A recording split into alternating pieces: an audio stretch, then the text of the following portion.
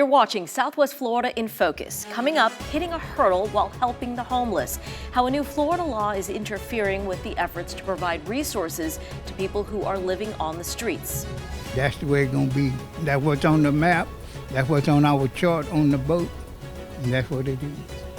What's in a name? We head to our Gulf shores to find out what locals think about the newly renamed Gulf of America.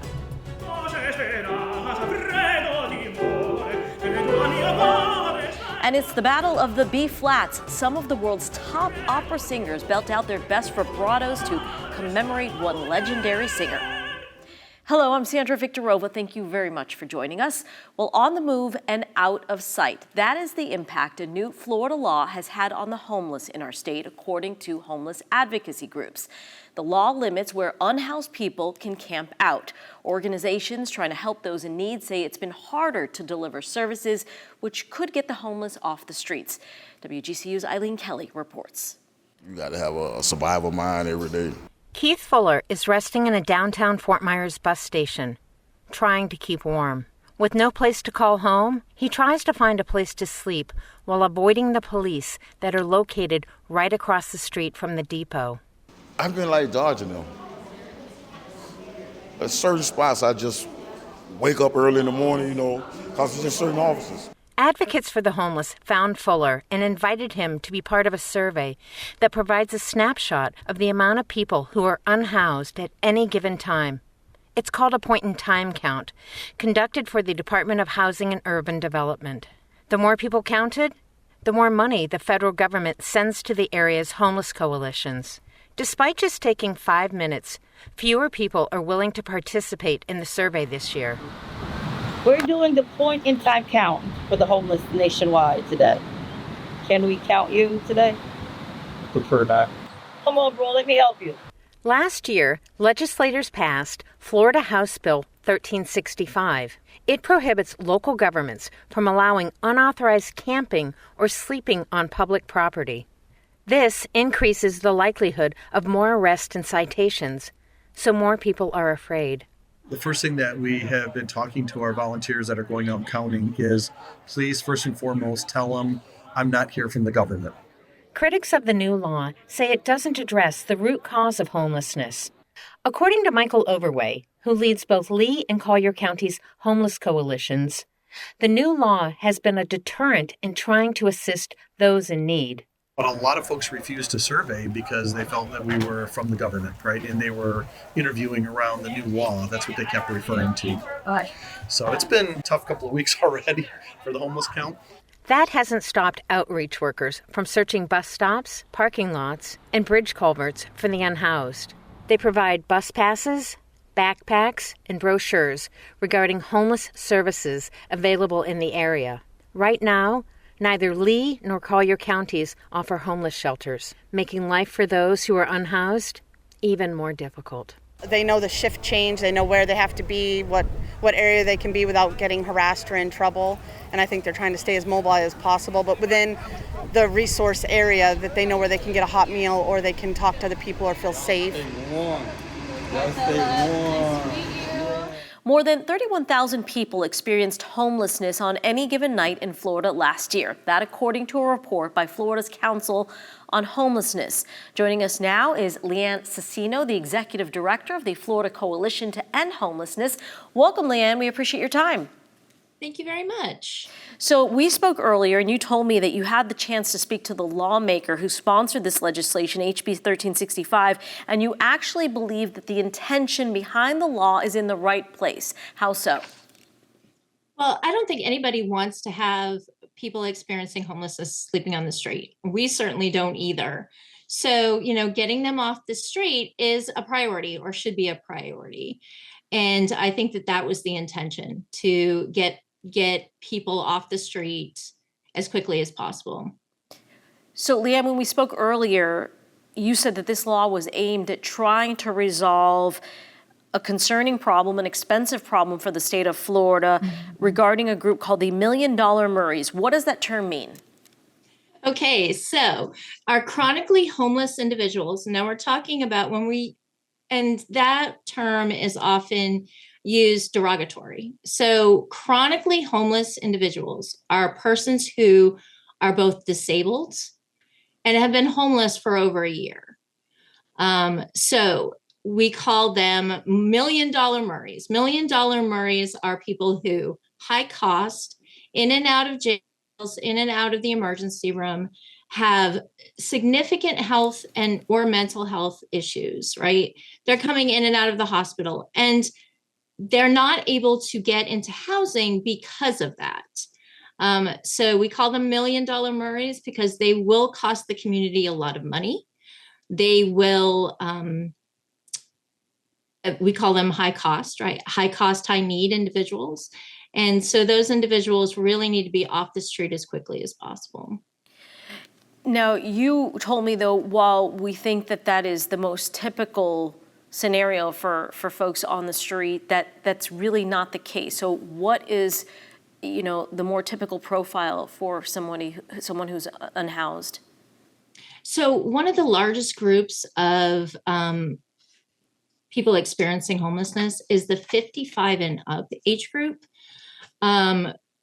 We have only 20% are actually that chronically homeless individual. So 80% of them are not disabled, haven't been homeless for more than a year.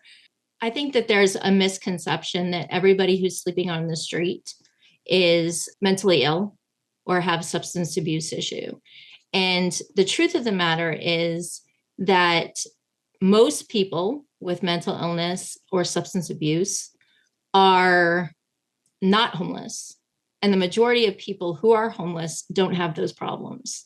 So I think it's an important thing to realize that even though this law was focused on the chronically homeless, getting those individuals off the street, we're not talking about just that population that is actually homeless on the street. Leanne Sacino, we so appreciate your time. Thank you. Of course. Thank you so much.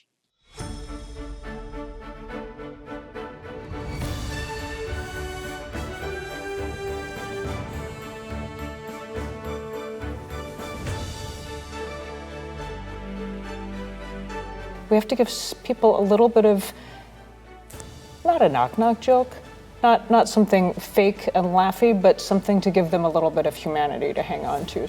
After the break, coping with the public's news fatigue. Louise Kelley, the host of All Things Considered, talks about how her NPR team is adjusting to listeners who are overwhelmed by bad news in these tumultuous times. Typically, President's Day isn't a holiday that grabs many headlines, but earlier this week in Fort Myers, people used the occasion, which is meant to honor the nation's top leaders, to protest President Donald Trump. The rally was just one of many in the nationwide 50-51 movement. WGCU's Elizabeth Andarji reports. This is part of a larger movement, the 50-51 movement, which is 50 protests in 50 states on one day. So we did this February 5th at state capitals around the country, and this is state capitals and city halls so that more people can be a part of it. And this is a great turnout.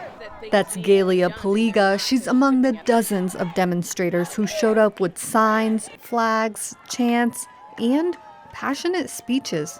It's lovely being with other people of like minds, and all the cars that are passing by and honking their support is wonderful. But this point in time is very frightening and very terrible when we're facing a takeover of the government. The diverse crowd shared common sentiments about democratic procedures. Musk was not elected, and Trump is not king. They have no right to do this stuff. There's ways that things need to be done, and they're skipping everything. So hopefully it can be overturned.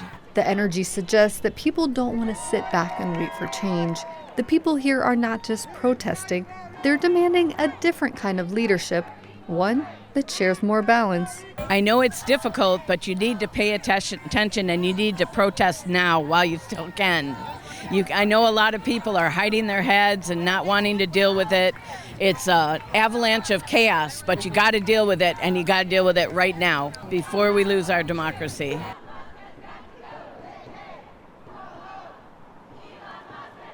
Covering the second Trump administration is a daunting endeavor for journalists at a time when there is so much political polarization and when so many Americans seem to have news fatigue.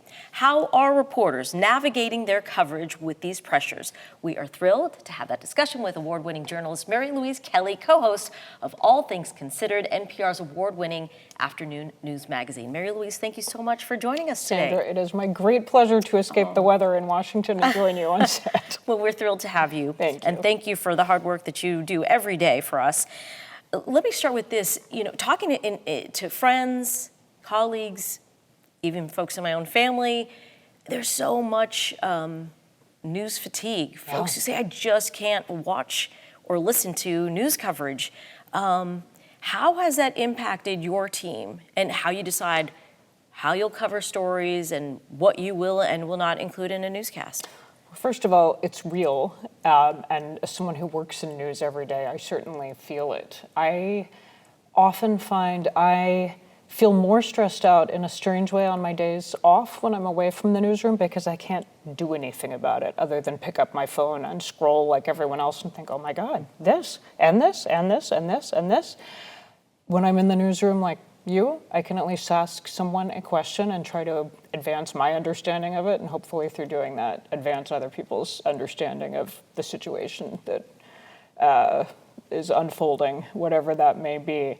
The other piece, we find ourselves being mindful, so I anchor All Things Considered, 2 hours every weeknight. Sounds like a long time, and yet you can race by and realize we have done nothing but doom, gloom, war, stressful politics, natural disasters, where you think we have to give people a little bit of, not a knock-knock joke, not something fake and laughy, but something to give them a little bit of humanity to hang on to. So when we sit in our morning meeting planning, what do we want to put on the air tonight? I often will look and say, look, in every half hour, is there some opportunity where you will hear me or my co-anchor smile or laugh or some humanity, some connection? Because if there's not, let's rethink it. We continue to hear the word unprecedented as journalists cover this new Trump administration. I'm thinking specifically, as journalists cover the gutting of federal agencies. You have traveled the world, you traveled the country, covered several administrations. Have we seen anything like this before? No, I think we are witnessing things that are unprecedented. One of the stories I was covering this week was looking at the role that Elon Musk, the billionaire entrepreneur who owns X and SpaceX and Tesla, what role he as a private citizen who no one voted for is playing in our federal government. And I was struggling to think of a precedent for that. So I think that's one example of many things that we're seeing play out that I have not seen precedent for in coming up on a quarter century of covering Washington. So since we were talking about this idea of folks just feeling exhausted watching, what is the solution? I've talked to she's not a teenager anymore, my young adult daughter, who says reading news, consuming news is just too much. Do we have these discussions at home? Do we encourage folks to, watch, to listen still, despite? I hope so. I mean, I work in the news business, so I'm biased, obviously, but I find if I understand more about what's happening and also what we don't know. Sometimes I'll pitch an interview in our morning meeting and an editor will rightly say, we don't know the answer to that. And I'll say, that's okay, just asking the questions, acknowledging here's what we do know, and here are the things we're hoping to fill in, and here are the people we hope might be able to start leading us toward a path of understanding it. I find that helpful. I also find we obviously want to interview newsmakers on NPR. We want to interview people at the center of events, but trying to find the people affected by what's happening in unprecedented times in Washington and hearing their stories and just sitting and listening and bearing witness restores a little bit of the faith. We're all in this together. We're going to be okay. We're in uncharted waters in many ways. I think that is true. But there is a common thread of humanity and storytelling that we can bring to the work. I was recently watching an interview that you did when you were talking about your book, and you were sharing your experiences of covering war and outstanding coverage. Thank you for all your coverage in Ukraine. And you talked about the importance of having women and parents be assigned to those types of stories and how it really makes a difference. I was hoping you could just touch on that and why you think it's so important that we make sure that women and parents get assigned to those stories, because the types of stories they capture, how they focus on them, really is a benefit to our viewers and listeners. Well, thank you for that question. I've always been so grateful to be a woman as a reporter out in the world, partly some of the places I've reported from, Afghanistan, Pakistan. My male co-host can't interview half the population in some places because women are not going to be able to interact with a foreign male who's not in their family. So I can go places, I can interview the prime minister when we fly in, and I can interview the member of parliament, and then I can also go into the kitchen of the house in the village that we're out reporting in and say, what does your life look like? What's for dinner tonight? How much does that cost? Can you afford it? What are you feeding your family? What is your hope and dream for your daughter? And I think being a woman, partly there are questions like that. There are also, as a parent, I find the way that I tell stories is just different. My background is foreign policy, national security, and I love, sitting down with some senior NATO official and talking about wonky policy issues, and that's important, and that's part of the work we do. But to then say, how do you go home and tell your kids about this? How do you go home and explain it to them? What does that look like? I find I come away with stories that I would not have thought were important when I was a really young reporter and just starting out, and now I realize that's the whole game. How this impacts people. Do you feel safe in your home at night? That's the point. That's what we do. Mary Louise Kelley, thank you for being so open and honest, sharing your family story with us, and thank you for all the outstanding reporting that you do. This has been fun. Thank you. Thank you. And be sure to head to WGCU's YouTube page for our complete interview with Mary Louise Kelley, along with other great stories from Southwest Florida in focus. A legal battle could be brewing over President Donald Trump's decision to rename the Gulf of Mexico to the Gulf of America. Mexican President Claudia Sheinbaum said her country is waiting for Google to restore maps to reflect the Gulf's original name, or else it will file a lawsuit. Mexico argues the mapping policy violates Mexican sovereignty since it has 49% jurisdiction over the Gulf, more than the United States, which controls 46%, and Cuba with 5% jurisdiction. We are joined now by WGCU's Julie Perez to learn more about how Southwest Floridians are reacting to this name change. Welcome, Julie. Thank you. And I understand that there was no shortage of opinions out there. Yeah, Sandra, I went out to Fort Myers Beach to talk with people, and just about everyone knew about the presidential order. And while some welcomed it wholeheartedly, others say it has no legal bearing and borders on being frivolous. Those who make their living out in the Gulf say they're sticking to what they know. We spoke to a fisherman about the change, and he told me that whatever the maps land on, he will follow. I don't care what Trump want to name it. That ain't what it is. It's the Gulf of Mexico. That's what's up on the map. That's what we go by, what the map say. Some beachgoers are embracing the change, calling it patriotic and unifying. It's got to be the Gulf of America, 100%. Why do you feel that way? Well, I mean, it's America. We're not Mexico. We're America. It's just part of us, you know what I mean? It's just part of what the country should be. Others see it as unnecessary. All the things that are being taking place right now with changing of names and taking down of statues, I'm all for history. I think I'll personally be calling it the Gulf of Mexico. It's been the Gulf of Mexico for 65 years of my life, so I think I'm going to keep it the same in my mind anyway. Some people are throwing in their own suggestions. I like change, but I want to change it to something else. What do you want to change it to? Gulf of Pink Shrimp. There were a lot of people who were passionate about the topic, but there were also many that told me they were indifferent to the name change and they just wanted to enjoy the Gulf waters. Julie, we so appreciate your very first story for In Focus, and we hope to have you back soon. Thanks for having me.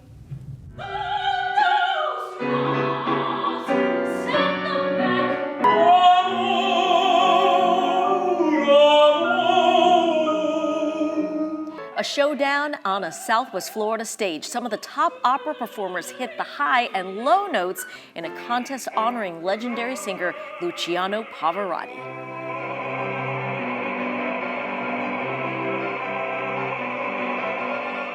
When you think of opera, you're more likely to consider Naples, Italy, as opposed to Florida. However, as WGCU's Tom Hall explains, one local contest remembering Luciano Pavarotti is keeping his legacy alive by bringing a new generation of singers into the spotlight.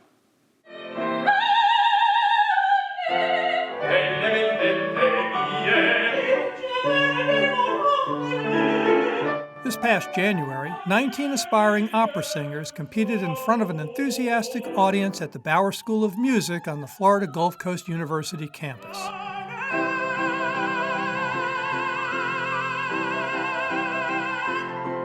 During his life, Maestro Pavarotti not only shared his incredible talent through extraordinary performances,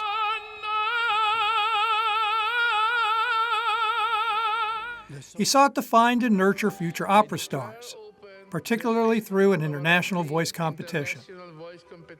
Pavarotti's widow and president of the Luciano Pavarotti Foundation, Nicoletta Montavani, said Naples-Fort Myers was the logical place to revive the competition. And because we are involved here in Florida, thanks Opera Naples of the idea to have a new theater, a new museum dedicated to opera. And because Luciano made his American debut here in Florida, we thought maybe we could restart where he started, from Florida. Competition judge and Milne's Voice Program founder Maria Zuvis said the tradition of opera must be carried on by emerging talent. Opera in its essence is giving to the next generation, and that's how we learn it. We can't learn it from a book. It is an art form, it is a discipline, and it is something that changes with every generation that comes.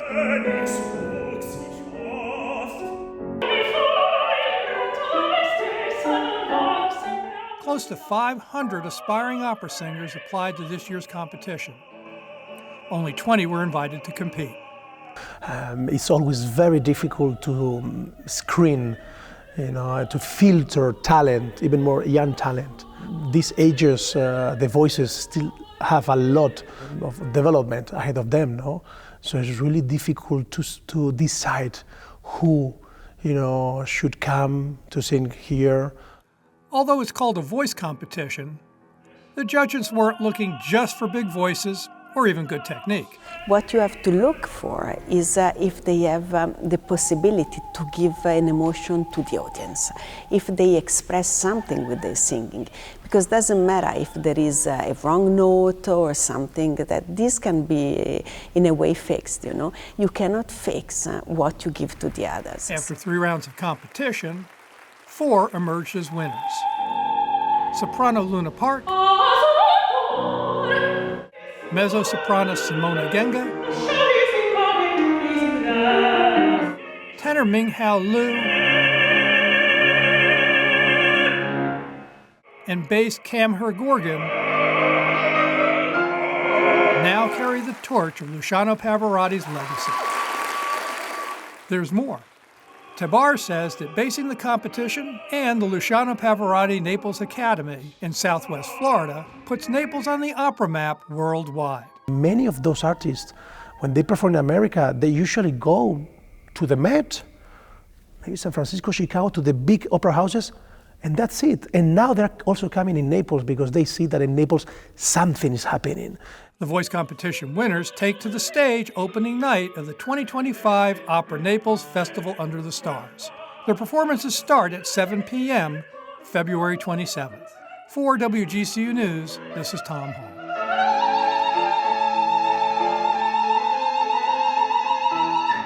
Coming up next week on Southwest Florida in Focus, getting housing costs under control. That's one of the primary focuses for Florida lawmakers as they return to Tallahassee. We get a preview of the upcoming legislative session. And reaching for the stars as the space industry expands in their mission to reach new heights, we look at how the unprecedented space boom is impacting Florida's economy. Be sure to join us for that story and much more on WGCU. Until then, have a great week.